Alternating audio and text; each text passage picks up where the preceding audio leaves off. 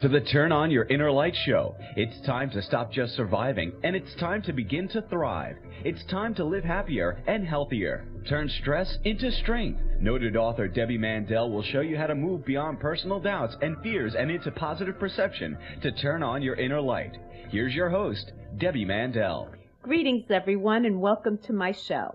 Our guest expert is Dr. Marsha Lucas, psychotherapist and neuropsychologist for over 20 years, writes a blog for psychologytoday.com, and is the author of Rewire Your Brain for Love. Learn the science behind mindfulness to improve all your relationships. Welcome, Marsha. Hi, Debbie.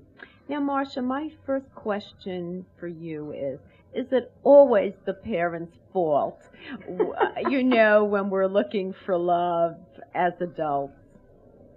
Well, I would move away from the idea of fault, because it's not necessarily that we've even done anything wrong. And I say we, I am a parent. So, and as a psychotherapist, I sit with people who say, my mother's afraid that I'm telling you everything that she did wrong. I will say that much of what we get wired for about relationships, and this is part of what I talk about in the book, is wired in there when we are infants, really the first 18 months that we're here in the world. And so a lot of it does depend on your caregivers, in most cases your parents' ability to be able to be attuned to you and responsive to you in a way that helps bring about those healthy forms of attachment. Because once that wiring is established in the brain, once those attachment patterns have taken hold, without anything else intervening, you can basically carry that same attachment style, the same habits of relationship, the same attitudes and sort of underlying river of expectation throughout your adult life. So what you're saying is that a lot of what goes on in our interrelationships with others, it really is based on implicit memories or subconscious memories, because obviously as an 18-month-old, I don't remember. Right, and you hit the nail right on the head with the idea of implicit memories. Those are memories that get in there, basically. They happen throughout our lives, but infancy and up until about age 2.5, 3 years old for most of us, implicit memories are basically the only types of memory that we have, where the memories go straight back into memory without being tagged, or without, a good way to put it is without a time and date stamp. Mm-hmm. So that they're in there, they're informing you later on when you have something that sort of tickles that memory and brings it up, but you're not consciously aware of it. You can't explicitly say, oh, the reason I hate the circus is because I remember when I was 1 and I went and the clown scared me. You're going to have a memory of being scared at the circus, and that's going to inform your attitudes about the circus, but it's not going to be something you can explicitly understand, remember, and label. Now, given that... that's really kind of, sounds a little frightening, a little insidious, right? Yes, so let me ask you this question. If so many memories and in our formative years have been implicit, mm-hmm. how do you ever deal with them? How, as a psychotherapist, do you know to extract that? Well, one of the things is that we don't necessarily have to extract the memories in order to be helpful. Think of it as a canvas on which you've a painting, and then you can go back years later and use the same canvas again and paint over it, either to shift your perception of the original painting, or the way that I like to think about it is to develop new pathways in the brain so that they become the superhighways, and your old patterns informed by those implicit memories become dirt roads. They fade away. Well, let me give you the scenario. You brought up the circus, and I was a tyke, and the clown scared me. How might that show up later in a potential love relationship? If the guy clowns around, would I hate him because he reminds me of the clown? Does he look like the clown? Does he dress like a clown? Well, if he dresses like a clown and shows up with a red rubber nose, you may have some other issues that you need to deal with. But mostly what I'm thinking of as an example is, let's say you're out on maybe the second or third date with somebody, and he suggests that for your next date, the circus is in town, would you want to go? And you'd been kind of into this guy, you were maybe, still not sure, and when he mentions that, you all of a sudden start to get kind of a body sensation of, your stomach gets tight, maybe your palms start to feel sweaty. If you're not aware that that's going on for you, and if you're not able to be mindful and sort of curious about what's going on in the moment, or maybe this is something else, then you're going to get caught up in a sort of, knee-jerk response, autopilot. You're going to take the sensations that you're having in your body of anxiety, say, and you're going to ascribe it to whatever it is that's going on in the moment, which, in this poor guy's case, is him. And so you're going to think, maybe it's not even just that I don't want to go to the circus. Maybe it's him. And couldn't it, in all fairness, be him? It could, in all fairness, be him, of course. Maybe, the kind of guy who likes to go to the circus likes to scare small children. I don't know. Or maybe the kind of guy who likes to go to the circus isn't enough for a powerful woman like me. Like, well, take me that's to the possible. Yes, or right. maybe he's too immature, or right. maybe and trying to recapture his own youth, or stuck in his youth. Sure, mm-hmm. There are tons of reasons. But for you, in your interpretation of why you do or don't like him, those are all things that you're looking at from a more rational, intellectual perspective, right? Mm-hmm. And that you're having responses to and thoughts about, like, gee, he's always wearing, these sort of bebop sneakers, and he wears baseball cap everywhere we go, and he wants to go to the circus. Like, how grown up is this guy? That would be one thing. But when you're there at dinner on that date, and he's asking you to go to the circus, and let's say you've been kind of into him, and then out of the blue, you start to notice that you're starting to feel really turned off, and that your stomach feels kind of tight, and you've lost your appetite. Those are cues that your body is giving you about maybe there's something going on that isn't specific to him. Well, let's hold that thought. That's very Sure. interesting. We're going to commercial break, and we will return with Dr. Marsha Lucas, author of Rewire Your Brain for Love.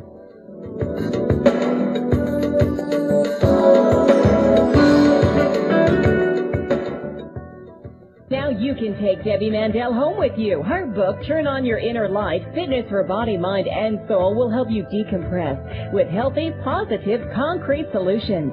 Common life challenges are presented so that you can quickly find the help you need. Emotional tips, original meditations, and a fun and easy-to-follow fitness workout for each mindset. This revolutionary new method will help you rewire mind and body to take back your power. Get it on Amazon. Are you overwhelmed with the burden of taking care of children, parents, or both? Are you taking care of everyone else except yourself? It's time to change your habits and re-energize. Debbie Mandel gives you an innovative and easy-to-follow program for good health and happiness. In her magical new book, Changing Habits, The Caregiver's Total Workout, Debbie Mandel shows you step-by-step how to find the optimal balance between giving and receiving, and guides you to exercise and eat right to take care of yourself. What are you waiting for? Read Changing Habits and start training for your life. Life does not need to be a burden. Get Changing Habits, The Caregiver's Total Workout on Amazon.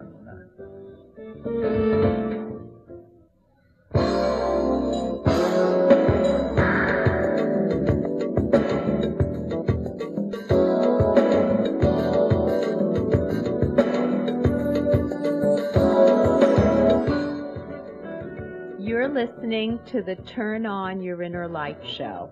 I'm your host, Debbie Mandel, and I'm speaking with Dr. Marsha Lucas, author of Rewire Your Brain for Love. Now, I liked the way you came up with this metaphor for these implicit memories or the past bringing you into a place where you're stuck. So how do I get out of the cage with that tiger? I love that cage with the tiger. So let's imagine that throughout most of your early childhood, your take on being in relationships, even if it's not something you're thinking of with any real awareness, but it's just kind of how things go for you and this sort of brilliant strategy that you've come up with to get through your childhood. Let's say you have a mom that's totally over-involved and, has lousy boundaries, and your feelings are her feelings all the time, and you're dealing with that. Then you might develop an attachment style that leads you to be somewhat avoidant when it comes to being close, being emotionally close to others. And then what you end up doing is sort of getting stuck in that prison or that cage with the avoidance of anything that smells even remotely of emotional closeness. And you have an avoidant attachment style. I want to back up actually and say that, based on some of the research that we've got on attachment styles in adults in the United States, more than half of us, somewhere around 55% of us, have an attachment style that works pretty well, that is actually pretty healthy. We're able to have healthy, secure attachments in in adulthood. That leaves, though, 45% of us, so nearly half of us as adults struggle with unhealthy styles of attachment, and those tend to fall into two categories. One of them is a more avoidant style that I mentioned just a moment ago, and the other is a more anxious and or ambivalent style. And what's interesting is, we can, when it's described to us, most of us can recognize one or the other. And of course, like with anything, it's a matter of degree, and you might have some qualities that fall into one category and a few that fall in the other. But even just the awareness of what your attachment style is and what the cage is that you're stuck in, what your particular prison is when it comes to continuing to have the same relationship problems over and over again, just knowing that can be enormously helpful. So that insight and self-knowing is really very helpful. And in dealing with that tiger mom, so to speak. Well, I don't know about tiger moms. Well, that'll be a whole other conversation. Yeah, but that could be part of the issue. Now, sure. I want to also laud your book because there was so much science amidst the story, and it really gave an additional level of awareness where I could take control of my brain. It's not like I'm stuck in these implicit memories. I can rewire it. Exactly. Now let me ask you about what you so recommended for different scenarios, meditation. First, I want to know a basic answer here. Why is it so hard for many of us to meditate, given that we all know that it's a way to calm down stress and to really rewire the brain? What's the problem? Boy, if it were one problem, it would be easy to solve. But it's probably, a different recipe of difficulties for every one of us.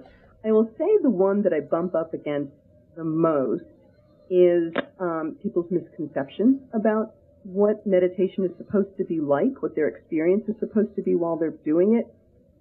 I practice in Washington, D.C. I know you're in the New York area. Both of those are places where we have high expectations for ourselves, and we've got to be go, go, go. We've got to be sharp.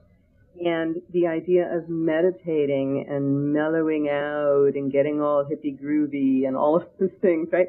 People go, I can't do that. I can't afford that kind of time, right? So that's number one, is there's an avoidance of sitting still. Number two is that it's perceived as this sort of emptying of your mind or stopping your mind. And that I would actually call mindlessness. We're going for mindfulness. We're going for knowing what it is that your mind and your brain are up to so that you can be more in charge of it in a healthier, more balanced way. So here's the great thing. Lots of people say, my mind is way too busy. I sit down to try to meditate, and I just can't focus. I light a candle and try to stare at it, but then I'm thinking about, did I remember to take the chicken out of the freezer for dinner tonight? And what I say to them, perfect.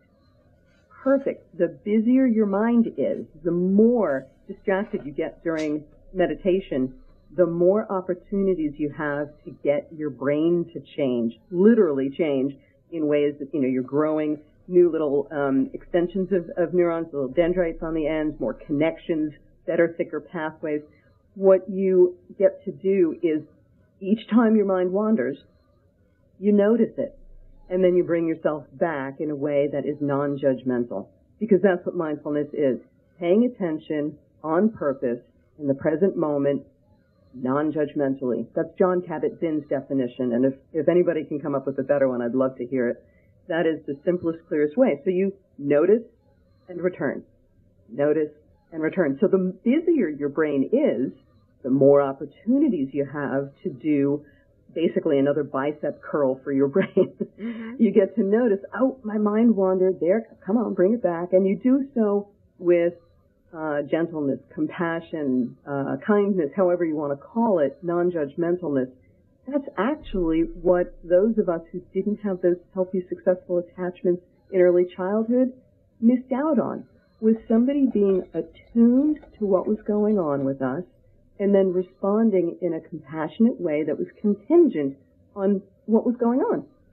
And we're going to hold that rewiring of the dendrites and the synapses and go to commercial break and return with Rewire Your Brain for Love.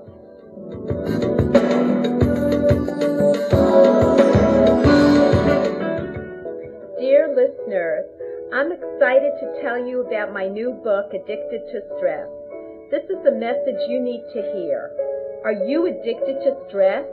Do you do it all while everyone depends on you? Where's all this pressure coming from? It is coming from inside you.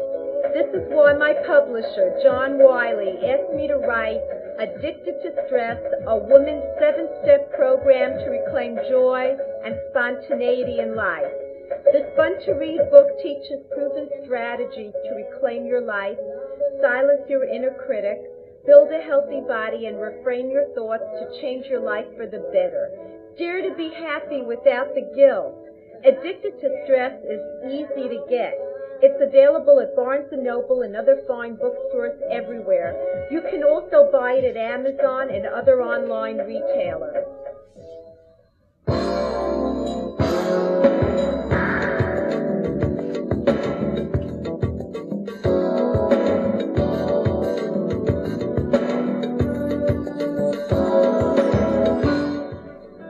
We're back with Dr. Marsha Lucas, author of Rewire Your Brain for Love. Now, Marsha, I'm really hung up on this clown. I must have had a bad memory of the circus. Now, it's surprising how many people have, actually. It's Stephen King. He did it. Now, I'm out with this clown. He's making me nervous. He's not really a clown. He took me to the circus. Do I meditate him away? What do I do? Well, what I would love to have happen for you in that situation is for you to be able to know yourself, get to know yourself well enough so that you can know when maybe your reaction to something like this guy is a little either out of your character or not necessarily something unusual for you, but it seems to be out of proportion to what your perceptions have been to date. So when, let's say, even if I sit down with a new patient and I notice that it's just not flowing, it's not happening right, and it's not going on, one of the things I do as a therapist is I'm responsible for paying attention to what's going on inside of me as well as what's going on with the patient that I'm sitting with. If I don't know that, let's say, I always tend to get anxious around, I don't know, since we're talking about clowns, it's hard to resist Bozo with the red hair, right? Let's say I always get anxious around people with red hair. if I don't know that about myself and I'm having this negative or difficult reaction to a new patient that I'm sitting with, I could potentially attribute my feelings to something, more important about the patient rather than saying, this is me. This is something that I do. And I can then calm my body down, and I talk about circuit breakers in the book. They're very helpful to calm your nervous system down and shift from fight or flight into a more sort of relaxed and more of a receptive state. And that way I can start to tease apart in a more informed and mindful way what exactly is going on for me. So you on the date with he's not a clown, right? It's that you got all stirred up by your implicit memories of the circus when you were little. He's wearing a bow tie. He's wearing shoes. And what you're doing is you're teasing it apart. You're knowing yourself, and you're calming your nervous system down so you can know what's what. So, in other words, I would be able to do that. Let's say I'm not feeling right. Would I excuse myself and go breathe and meditate for 5 minutes and come back to the table? That can certainly help in the moment. There are also some things you can do even at the table. Breathing is a good one. One of the things you can do at any time to calm your nervous system down and shift gears from the fight or flight mode, which is the sympathetic branch of part of your nervous system, and shifting from that into that more restful place, which is your parasympathetic nervous system, is to take a breath in, let's say to the count of 4, and then a slightly longer out breath, let's say to the count of 5 or 6, not in a forced way, in a relaxed way, but paying attention to the breath in that way. You can also put one hand on your chest and another hand on your lower belly, if you can do that discreetly at a restaurant. Or in front of this guy while I'm breathing like this, and he's saying, this woman's scaring me. If you get good at it, it won't be so noticeable. But what I can tell you is that when you're doing that, you're giving your body and your nervous system the message that you're safe. And it helps promote the release of oxytocin, which is some people call it the cuddle hormone or the attachment hormone, and what it allows you to do is to feel safe, like a baby in mom's arms. Mom has lots of oxytocin, baby has lots of oxytocin, and so it's a calming hormone that acts on the brain and your nervous system. So those are some things you could do right there, and I talk about more of them in the book. What I'm aiming for, though, in the book is to help people cultivate a daily practice or regular practice of mindfulness meditation so that even right there at the table, they have that nice, thick, fast pathway that's communicating with the different parts of their brain, right? The emotional part. Except we have to communicate. I have to communicate now with the end of the program because I could talk to you forever. We haven't even touched on the practice of pausing, which is so important. I urge everyone to read Rewire Your Brain for Love, and like you said, to practice it during the good times so you have it during the bad times. And it will help tremendously. Yes, I know it will because it's a wonderfully scientific story. So you get both. Do you have a website? I do. The website, fortunately, is the same title as the book, which is www.rewireyourbrainforlove.com. Okay, thank you so much. There or on Amazon. Thank you. Great. Affirmation of the week. As you step into the future, bring along a spark of the past. And now for the latest medical trends. Depressive symptoms that are present in midlife or late in life are associated with an increased risk of developing dementia, according to a report in the May issue of Archives of General Psychiatry. Women who are obese before they became pregnant are at higher risk of having children with lower cognitive function, as measured by math and reading tests taken between ages 5 to 7 years. Than are mothers with a healthy pre-pregnancy weight, according to the latest research. And scientists at Indiana University's Health Cancer Research Lab have found that a sophisticated botanical formula slows human breast cancer growth and inhibits breast-to-lung metastasis in mice. The formula contains extracts from medicinal mushrooms, medicinal herbs, and purified nutritional compound, and the best of all, it showed no toxic side effects. As vacationers prepare to spend time outdoors this summer, many are going to slather on the sunscreen to protect from overexposure to the sun and avoid skin cancer. But researchers at Missouri University of Science and Technology are discovering that sunscreen may not be safe at all. When exposed to sunlight, zinc oxide, a common ingredient in sunscreens, undergoes a chemical reaction that unleashes unstable molecules known as free radicals, which can damage or even kill your cells. But stay tuned for more information to come about it. But it is something to think about, that what we depend on helping us could actually hurt us. Well, we come to the close of another show. I have an educational website on stress management, totally free. TurnOnYourInnerLight.com. All the radio shows are archived on my website and will take you directly into YouTube for them, guide you with a description. Click on the show you want. Subscribe to my free newsletter at TurnOnYourInnerLight.com. You get the latest radio shows, a fresh new article on stress management, and all the health tips that I don't have time to give you fully delineated on TurnOnYourInnerLight.com. Have a wonderful week and see you on the radio.